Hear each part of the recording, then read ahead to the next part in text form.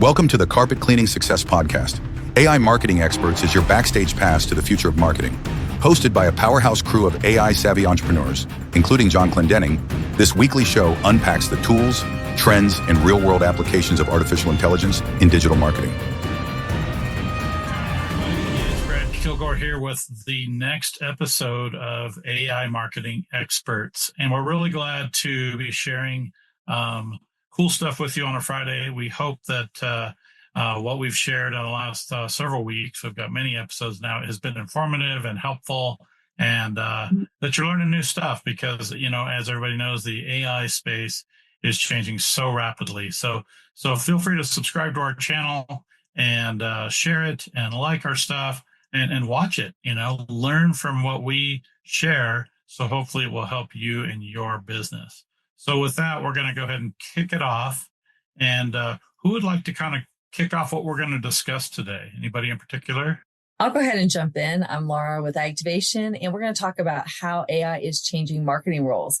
And we know that our listeners are coming to us with many different business sizes. So we want to provide some nuggets from the larger companies as well as the do-it-yourselfers and those medium size that may or may not have in-house assistants. So we're going to talk here as a group as to what we're seeing with the changes of how AI is bringing those tools closer to home that you don't always have to hire out as much as we may have, or you're able to really work in a better partnership with the agencies you have so that you're able to collaborate, move forward faster. So we're really seeing how AI is providing strength in getting the marketing messages out. And I know a few weeks ago, we talked about branding. This again echoes that importance so that as your brand is rooted, you know exactly what your brand voice is, you know what your personal voice is. You can go ahead and share that information now with either your internal team, or you can have it close that you can use it when you're using AI tools, or you can provide it to your partner, an outside agency, for them to use. And again, that just solidifies and amplifies your voice as it's going out and being searched, whether it be ChatGPT, Gemini, Perplexity, any of these. It's being picked up in addition to Google and the traditional search engines. Brilliant. And I think it also keeps your brand consistency. One thing we always talk about as well is there's a lot of ads out there that the ad kind of looks and sounds one way. The website looks and sounds another way. The social media posts look and sound another way. And it's because there's different hands, bakers in the kitchen or whatever that phrase is supposed to be. And it all just comes out as a jumble. But if everybody is got the same, like a big company will have somebody who's created a brand voice guide and all of those kind of stuff. Small companies don't normally have that. It's like, it might have been Susan at the front counter and the front desk, and Susan left and Nancy showed up, and Nancy does things entirely differently. And now everything sounds different again. And, your customers are, I noticed there must have been a difference and all, but you want that consistency in the marketplace. And the one cool thing about AI is, again, as a company, a DIYer, you can really dial that in, make it a standard that hands around, or you work with an agency that understands what that means and they provide it and give it back to you and say, hey, when you're doing your own stuff here, we've done this for you, use this. So.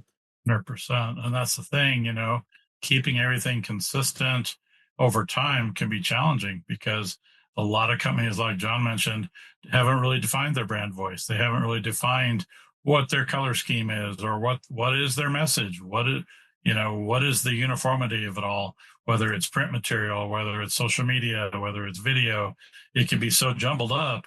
And so whether you, like Laura shared, whether you're working closely with an expert agency, like somebody, one of us on the call or something like that, they're going to need collateral from you in a lot of cases. I mean, certainly we can create it for you, but it's important that, as a business owner, you're collaborating with your people, whether it's an agency or somebody internally at your office, to make it all look and feel like you have some semblance of order. Because otherwise, if you're talking to Nancy and Susan, and then you got Betty coming in next month as your new secretary, and it's completely different, then your customers notice that, like, oh my gosh, I thought I was working with XYZ company. Now I think I'm working with Triple Z company. I can't even tell, so they get confused.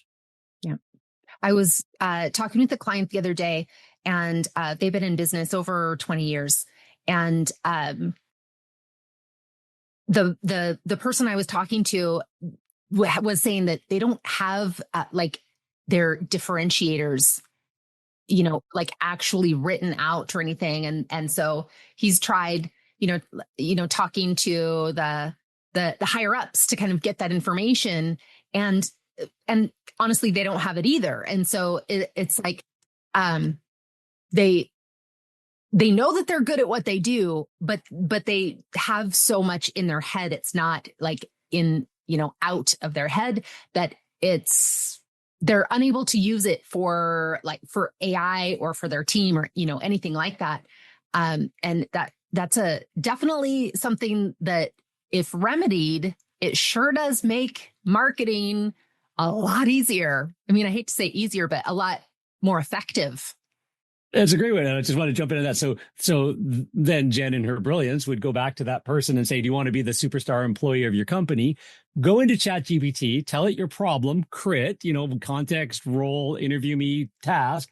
How do I interview the founder of the company, the owners and stuff like that? What questions should I ask so that we can create answers to those questions that eventually will turn into a unique sales proposition, compelling sales proposition, and brand snippet and blah blah blah, dossier and options that I can now present back to the company and say, which ones of these do you like? Almost like choosing your core values. It's real, it's personal, it means something. It's not just a mission statement. But can we dial that in? And now this employee, instead of going, oh, well, I'm not doing that, it's going to take me 6 months. It's like, no, it'll take you like a couple hours on Sunday afternoon at the most, right? Create the questions, take it to the higher ups, ask them those questions, interview them with ChatGPT, or send them a GPT to interview them that way. And there's a million ways you can do this. And now you look like an amazing superstar employee as well. And then you get it to do deep research and spit out a 20-page or 10-page report, and you have a board meeting, you talk about it, and next thing you know, you get a raise. That's what we're all hoping for, right? And that's what I was thinking, is we forget, again, we're carrying our mobile devices. Once we have one of these on our phones, sometimes just stepping away from the office, taking that walk, having an interview, you back and forth, it'll have a conversation. And sometimes it flows better if you're able just to talk it out by yourself with this, the AI just asking you those questions. It does get those juices flowing. You start really, the creative juices just seem to come, and you're able to talk through things that you may not have known were gaps in your brand, gaps in that brand messaging, and being able to have that conversation, record it. As you said, you're able to then export it right into a Google Doc, share it with others, have them get their input. You can have many uppers, or say your partnerships, anybody of your board of directors interviewed as well, collaboration, pull those together, and then let AI tell you what it feels your brand is. And you can make the adjustments from there.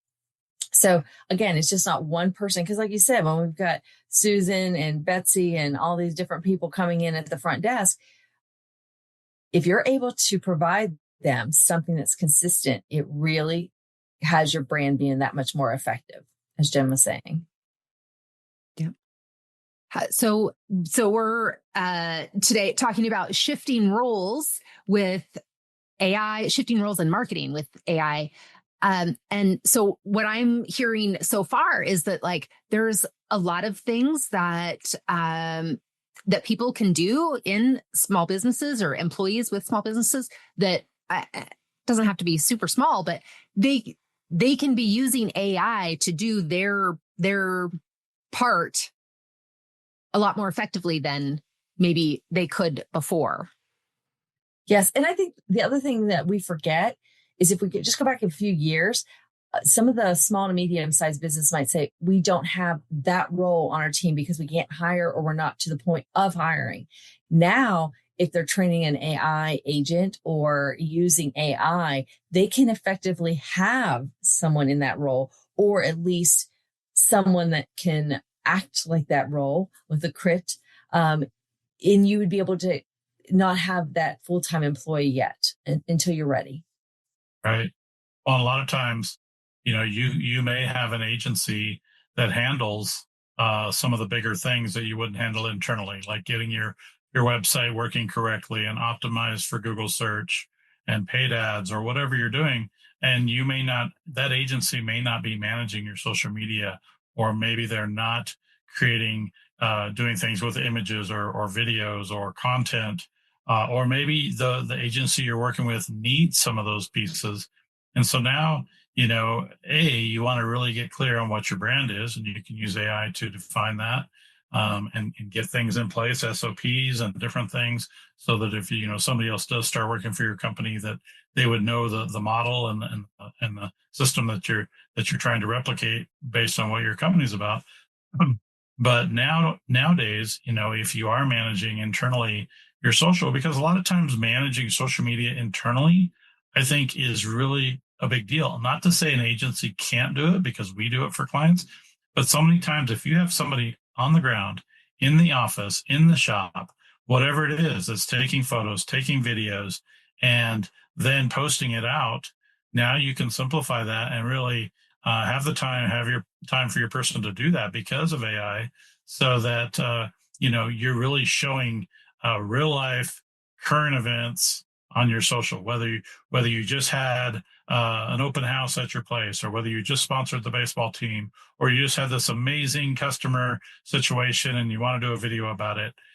Those are the things that now you can easily schedule those things. You can easily get a description now, or some sort of a post written with AI about what you just did, and not try to figure it out yourself, because a lot of people just aren't good writers. But if you use something like ChatGPT or something and say, create 10 long form social media posts about this event, or even put a link to a blog post or something that you made, it can then create compelling content for the next week or whatever it is about this story, or about this success, or about whatever it is that's happening in your business. Because again, even though agencies can manage all these things, a lot of times we're reliant on content or ideas from the business owner of what's really happening there. There's different things you can do with your images. If they're not perfect, you can clean them up with AI. Same with videos. You can stitch videos together and make some pretty cool stuff using the AI tools. And so it's just rapidly changing of what you can really do. And, before, it almost seemed like, if you had somebody working in your office, it was like, well, we don't have time to do social media, we're so busy. But now, if you're streamlining your phone calls with AI, you're streamlining some of your systems in-house with AI, with custom GPTs or whatever it is that's helping you save time. Now, maybe the person that's working for you has more time to manage these things, A, but B, they can also speed that whole process up because of the systems using AI. Yeah, and I want to tie into that because I do run into small business owners, especially in the cleaning world, that get the other side of that, they get so ingrained in doing it all themselves that they spend most of their time basically becoming a marketing agency, and they becoming a systems operator and all that kind of stuff. And their fastest path to cash actually delays because they decide to sit in front of a computer instead of getting out in front of customers. Again, know your own industry, but what is the things you should be doing that you always should have been doing? That's the old school grassroots, join the chamber, meet the people, all that kind of stuff. Use AI to enhance that, make that better. One example of that would be use AI to write better scripts. If you don't have phone scripts on how you answer the phone, how you persuade somebody why your price is higher. Again, we talked about brand, like maybe, you're a premium provider, but you've got to be able to get over that commoditization trap and stuff like that. Write those scripts. Hire an agency when you're running 3-4 vans on the road. You've got the agency there. Is your agency taking all of those phone call transcripts, running them through a sales agent, and finding out which one of your gals on the phone or which one of your messagings is actually working better, who's falling off script, things like that. You can now get little dongles that hang on you when your in-home sales guys go into the homes, it records it, and then on their drive to the next job, it can actually help improve their skills. Well, that's now where a growth partner, an agency shouldn't just just be a tasker, a growth partner is going, hey, you're at that level. You're ready for this kind of stuff now. Let's upgrade the skills of your team. So you don't have to know it all. Showing up on shows like this is helpful, but make sure you're always focusing on the nearest path to cash. But when you do need help on that really low end DIY, get over the hump, to pull up your, bootstrapping it, do what you can, then get out the door. Write a better sales letter, print it off, and go show up at the front door of the office and say, hey, I'd like to tell you about my services, and I'd like to leave this little package of information behind. Don't just sit behind an email, as an example. Still do the job that you're supposed to do to grow. But then as you grow, you're going to have some in-house help. You're going to have some experts that are on top of this every single day.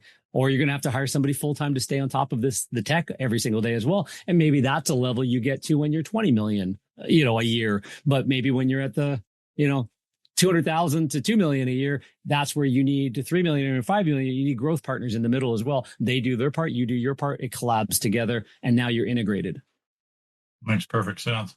Made me think of one thing too. I mean, there's some like AI note takers where you literally have it on your phone. So sometimes, if you're out in the field or you're in your shop or you're in your office or whatever, sometimes you can just use some of these AI tools to talk to it, tell all the things in your head, all the things that are happening. And then literally you hit a button and it summarizes it. You can then share that with your team, share that with your agency, whatever it is, because we're all so busy. And it's like, we can't necessarily always remember all the different things that we want to talk about or the great things that are happening in our company. And so you leverage those types of tools. I know one of the common questions, and since we're talking about how it's changing marketing roles, we've highlighted many different roles in every size of business here today. And if you're asking yourself as a business owner, I don't even know where to start with marketing roles, to the point that has been mentioned, is if you just, again, ask AI, tell them about your business, what size, what your goals are for the year or the quarter, however you might be sending those benchmarks. If you talk to it, it will tell you which role should be filled first and how to do the SOP for that role. So if it is a team member that you see, they're doing TikTok, they're doing videos on their own, ask them to step up. See, again, it might be one of those things that you give them a little bonus for the ones that they complete. They may be just willing to do it because they are a natural at it, but use AI to kind of define the guardrails for that. And so they know what your expectations are, what should be mentioned in the videos, what should not be mentioned in the videos. So they have an idea. So it is handed over to them, and you're not having that burden on your, holding onto it so tight that another video did not get done this week. Because again, you had a team member that you could have, just asked ChatGPT, can you define this role? How will it be used in marketing? And then they know what the results, what your expectations are, and how it will be used for social media. Then it can roll into maybe that marketer that does your social media. Another team member, again, use an SOP, define what your social media manager role would be for marketing. Have it all laid out. They'll feel very comfortable about posting what your expectations are, how many times a week.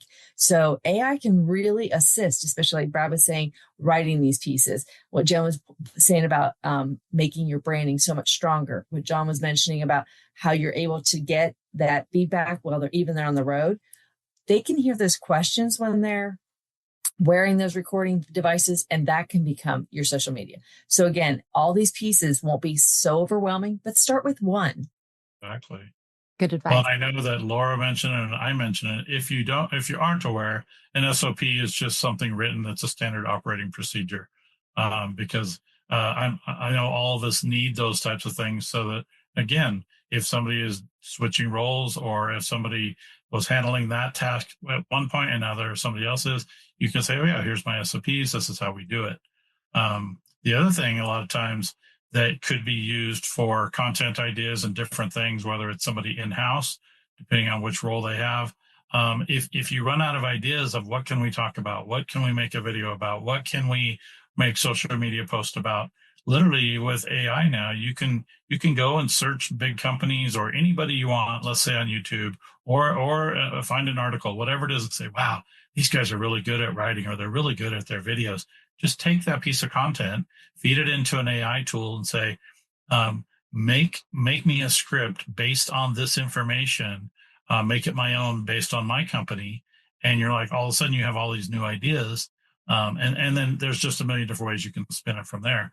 But you don't have to think of all the ideas anymore because AI can help you. A lot of times you're just borrowing somebody else's idea and then just repurposing it for yourself. Or your industry. Yeah, exactly. You go for a walk, for example. Say, for example, you want to forecast your busy season and what you need, what resources, like, hey, here's my last few years of sales numbers or whatever. Or ask me, hey, I want to forecast my busy season, make sure I have enough capacity, enough equipment, enough solution, enough technicians, whatever it is. And load that in, because again, as business owners, sometimes we get caught off guard and go, holy crap, if I'd had another van on the road, if I'd had another technician, in my cleaning world, we hit capacity and we're booking 3 weeks out, but it was actually foreshadowed. If you were doing sort of the deep work back in the day, pen and paper and late nights and all that kind of stuff, it would have been the deep work. Then you go, oh my gosh, I got to be ready for August. I got to be ready for September, October, because we're way up this year, or we've got these new referral partners or whatever. So you can identify those forecasts. You can help identify upsell opportunities. Going, my technicians, my crew are crap at getting second and third sales once we're in the home or whatever. Let's have a conversation. Like, what are things I can do? And then when you kind of flesh something out, can you give me some ideas of scripts, or give me a training idea so I can role play with the technicians? Give me a bonus idea, some bonus ideas I can think about and stuff like that. Go back and forth, and then build that again, that document, that standard operating procedure at the end of it all. And that was while walking the dog down the trail for half an hour, and you just turn ChatGPT and have the conversation, right? So, and now you come back, you've got that, you put it into some documents, and that was way easier than the weeks of thought and hours of work that would have been any other way before. Right. Yes. It brings back the back and forth when we were writing standard operating procedures, because when we would write it, it would be different than actually what my team would understand. And then we tried to do some videos and stuff. But taking even those older SOPs and running it through, saying, wait a minute, it really filled in, and they are not a chore or as big a chore as it once was. And the members that actually have to use the SOPs, we're finding, are really excited because they too know that they can add their level of understanding or their own personalized videos and stuff to make it their own and user friendly for what they have to do day to day. But it's not as big a chore as it once was. So, Jen, what other tips do you have? Well, all this talk about SOPs, it just made me think, there's a lot of times where an office, whether it's whatever industry, they don't necessarily have a person that kind of owns all the SOPs, except for the owner sometimes. And I don't know how you guys how you guys do SOPs, but it can be like pulling teeth to get SOPs. My team to do SOPs. And so with AI, with the ability to really make the SOPs better, but to really make it a less painful experience, that is a really big deal. And then it also makes it easier for whoever does kind of own it, whether it's the owner or someone else. It makes it a lot easier for them to be able to own it when these SOPs are done in like a unified way, I guess. So, if you don't have that role, that SOP role, that is a good one to have. And I think too, we're talking about different size companies. Think about if you don't have, or if someone's out on maternity leave or somebody is out with an injury or something, run 2 SOPs through AI again and say, we need this marketing role to be streamlined. It's able to see where it overlaps or how it can be more efficient. So we have to remember too, that it's a blessing when we have those roles filled, but we have options now when they may not be filled. So even if you're starting narrow and slim and trim and getting it done, but you are able to hire somebody else, then you can say, can you break these 2 roles apart? So you're able to grow as you need and change. And a lot of the LLMs are rolling out agents, right? So again, whenever you're listening to this, there's changes that happen every single day, every single week. But agents have been a thing, like there's tools like Make, Zapier, N8N. These are sort of like automation platforms that connect things together. We talked a couple episodes ago about MCP servers, which is just a standard protocol. That means that you can, all the LLMs connect the same way to your Gmail and your calendars, and they're going to roll that out. And agents are now sort of like they're always kind of in the background, the geeky way, and they're starting to come to the foreground because they're just constantly layering new things on. And so think of dovetailing two ideas together. You've got these agents that can do multiple tasks, go out on the web, do a bunch of things for you, and that way. So very simply done in the same context we're getting used to. So once you get used to how to use, these different LLMs, and you can chat to ChatGPT or Perplexity and all these kinds of things in a native way and get the output you want and not be frustrated anymore. And that just takes a while. Once you get to learn some of those frameworks, and then you start learning a little bit about these agents, and now you have an SOP, and you go to your team and go, which one of these SOPs could we replace by an agent? So you have more time to call the customers back. You have more time to do, training with the staff. You have, on and on and on, right? So, it's not about trying to replace people necessarily. It is about taking those SOPs that you've built and then having the team help you find out which ones can actually be fully automated now, because you now have got the route that is needed by the the agent is what was the steps? What was the procedure? Yeah. And then you ask the AI, can you replace this with an agent? Sure, I can. Here you go. And off you go. And now good, better, best, you're now starting to solve problems, in an automatic way. Well, and I think just to clarify for somebody listening, an agent isn't a human. It's an AI robot. It literally is something that you create to do a task. And so without going too deep into the weeds on this, you literally can have a board of directors or a staff of agents that are doing different things with AI. You have kind of like the leader of the agents and the supervisor or whatever it is. And then you can just have like a tree of underlings underneath that are doing these things together. It's insane how quickly this stuff is growing and changing. And it's really kind of cool to think about where this is going to be 3, 6, 9 months away from now, because it's going so fast, where this is all these things that we're discussing right now. A lot of this is going to be much more commonplace and much more normalized in the near future. Yeah. And I'll just provide, go ahead, Jen. Oh, go ahead.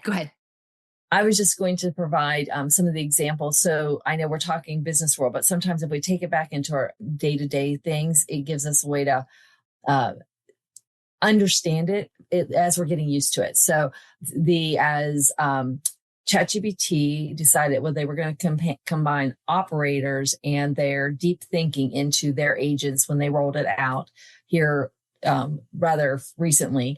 Some of the examples they gave is if you were attending a wedding and you needed to have a place to stay, you needed to buy a gift. You also needed to kind of know the wedding attire, and you put their agent on it, and the agent went out and was searching and saying, here's what we recommend you purchase for your clothing to match the wedding attire.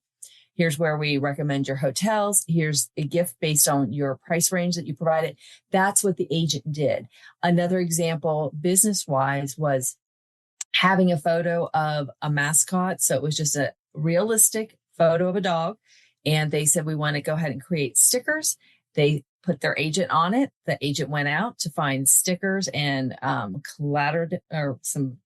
kinds of a whole collection of pieces, brought it back, and actually had the order. Now, the one thing that we are hearing, and we will heed this as well, is because the agents will go out and they're trying to contain which websites they go to, there may not be trusted at all times. So that's the one thing that we heed, and we would highly recommend our listeners also take note. So you can, when it comes to the agents, take control again. So don't allow it to just automatically incorporate your credit card information, or feel free to question what sites that they're going out. So I just state that, make sure you take control. The button actually comes up when you're using the ChatGPT agent.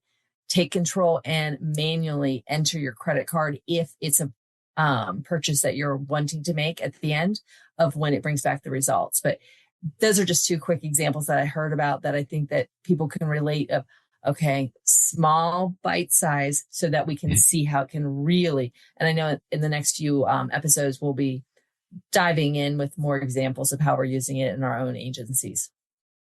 Yeah, there's actually a phishing risk that went out recently. So phishing just means that people are trying to steal your information. And that's a good point, because as this is a new world, we all know that scammers will find ways to run faster and ahead of. So get this one. So attackers have found ways to embed hidden commands inside emails, in spam emails, so that any Gemini summarizing tool, as an example, can create urge users into the scam, can make it sound more promising than it is because of the way they're embedding this code, can create a link they click on that then embeds trackers on their computer and all that kind of stuff, because they've right now found a way to outsmart these summaries that Gemini's providing as that one just example. So guaranteed some people will find out ways to take an agent and say, oh, buy my shoes from this, Korean store or whatever. It looks pretty, because they're able to put a code on the background that attracts the agent. So you just want to make sure, like, always do your due diligence, like you always should. There's always scams going on in every aspect of life, and every new thing creates a new scam. So yeah, don't, be smart about what you do when you do it, but definitely lean into the usage. Just be diligent. Right. Yeah, that's the thing, whether it was when the internet started, or whether we started getting smartphones, or whether it's AI, there's always going to be the bad players out there. So you just have to use everything with a level of caution. But I certainly wouldn't be discouraged from trying new things out. But like what was mentioned, just be cautious, Yep. So I think with that, guys, we might wrap for the week, because we want to keep everybody's interest and make sure we're delivering good values.